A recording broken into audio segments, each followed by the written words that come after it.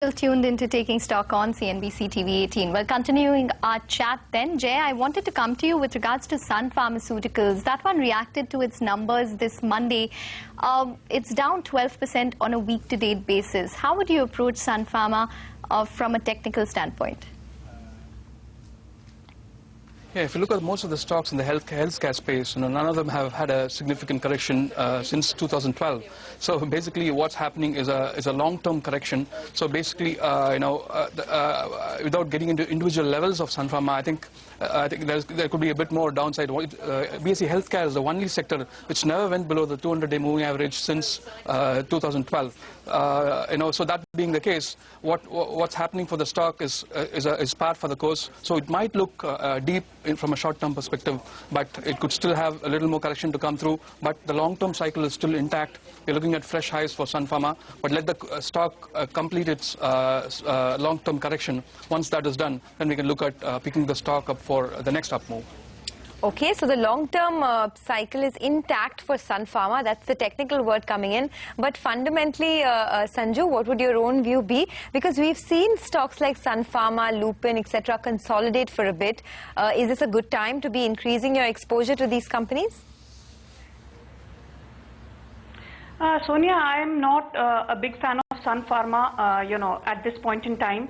While I do agree that, in the long run, there's a lot of money to be made there. The fact of the matter is that, no significant EPS increases will be seen before FY17, maybe FY18. I'm not perturbed by the fact that despite a 50% jump in sales in the fourth quarter, the profit after tax crashed by 40%.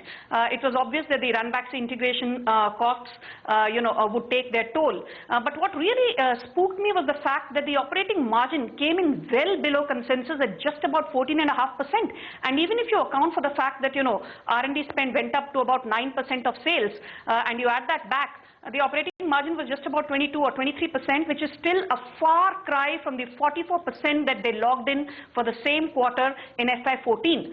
So, that's a huge fall, and my personal sense is that Sun Pharma has had a brilliant run, ditto with Lupin, though of course in FY17, if you're talking of an EPS of 73 rupees, then Lupin certainly looks far more attractive with respect to valuations than a Sun Pharma.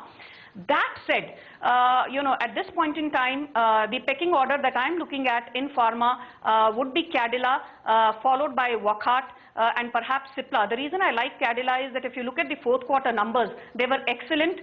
It was picture perfect with an 18% jump in sales, a 40% plus jump in PAT. The profit before tax was actually extremely sharp with a 60% plus jump. And mind you, this despite the fact that the company has been firing on only one cylinder. Their Latin American business has yet to see traction.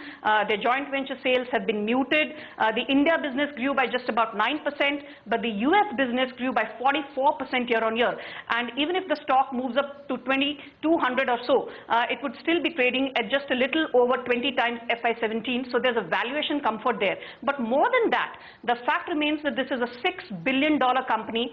And if they do manage to acquire Claris Life Sciences, which has presence in 70 emerging markets, the geographical diversification, I think that will certainly work wonders for them going forward. And while, the management has chosen to play safe on that front, I'm looking at some positive announcements on that front. And, Claris will be a very small acquisition for them, but with big benefits, because don't forget that Claris has just about a market cap of $210 million odd.